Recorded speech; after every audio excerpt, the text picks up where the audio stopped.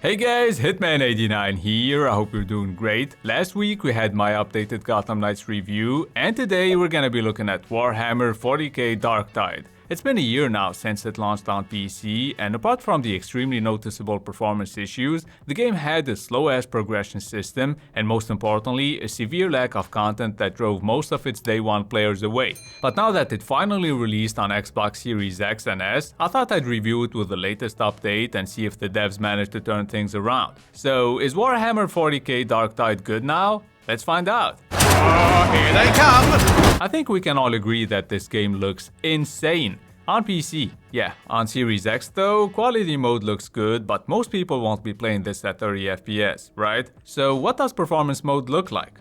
Well, it looks like shit.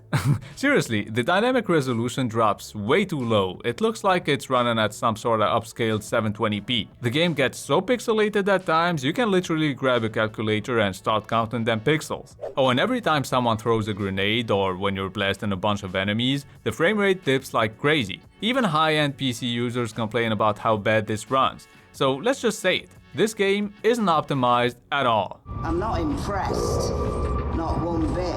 Me neither, at least it runs better than it did day one. So I played Darktide with my brother, he played on PC, I played on Series X, and we got the shit beaten out of us on our very first mission. Then we leveled up, unlocked a few useful skills from the skill tree, and honestly, it feels good to gradually become more powerful with those good RPG elements. Not the bad ones that turn every enemy into a bullet sponge, add a bunch of flying numbers everywhere, and make the game a chore though. In terms of bugs, glitches, and other technical issues, I've had one crash and a bunch of twerking corpses.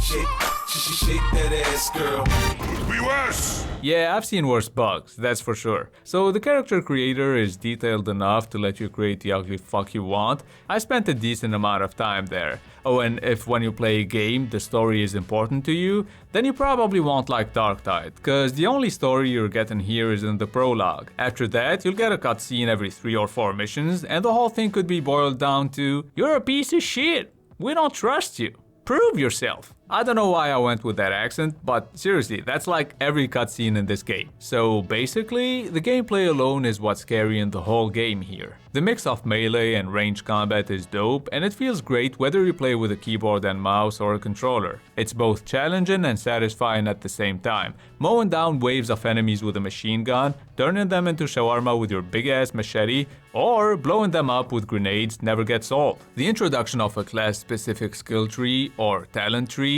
allows you to achieve the build you want. Plus, you can reset your talent points as many times as you want, so you can try out all sorts of builds, while waiting for the devs to add some new content. Cause with the latest update, they overhauled the class system, but they haven't added any content. Sometimes it feels like there's more effort going into microtransactions than into the actual game. Anyway, a couple of maps were added this year, but in my opinion, it's far from being enough to keep people playing for a while. Cause most maps are very similar to each other, with a lot of assets being reused here and there. So you'll feel like you've seen everything within a week and you'll probably move on to a different game. Unless you're one of those people who play the same game for like 2,000 hours and then leave a negative review on Steam talking about how they absolutely hated it. In all seriousness though, you can definitely play Darktide with randoms and still have some fun, but with at least one friend, this game is a blast. And I guess some of you wanna know whether you can play offline or not, and the answer is no, you can't play offline and you can't play solo with bots either, so keep that in mind. Let's move on to the verdict.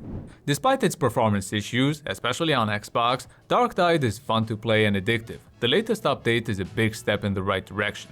Long story short, these motherfuckers really managed to turn things around. Warhammer 40k Darktide is definitely good now. It still needs more optimization and content to be great though, that's why I'ma give it a 7.5 out of 10. Whether you're a day one PC player that stopped playing and is waiting for a good update to come back, or you're considering picking the game up while it's on sale, go for it. $25 is a good price for Darktide in its current state. Oh, and for those of you who have Game Pass, this is a no-brainer. Download the game, grab a couple of friends, and you'll have tons of fun. I hope you found this review helpful. Don't forget to leave a thumbs up if you did.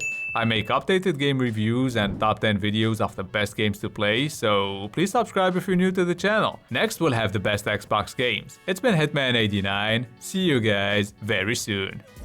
for the pay stub, or you'll pay up. Don't make love to the game, bruh. Fuck the game up. Change up, rearrange stuff to your greatness. Famous for the way up. Play the game.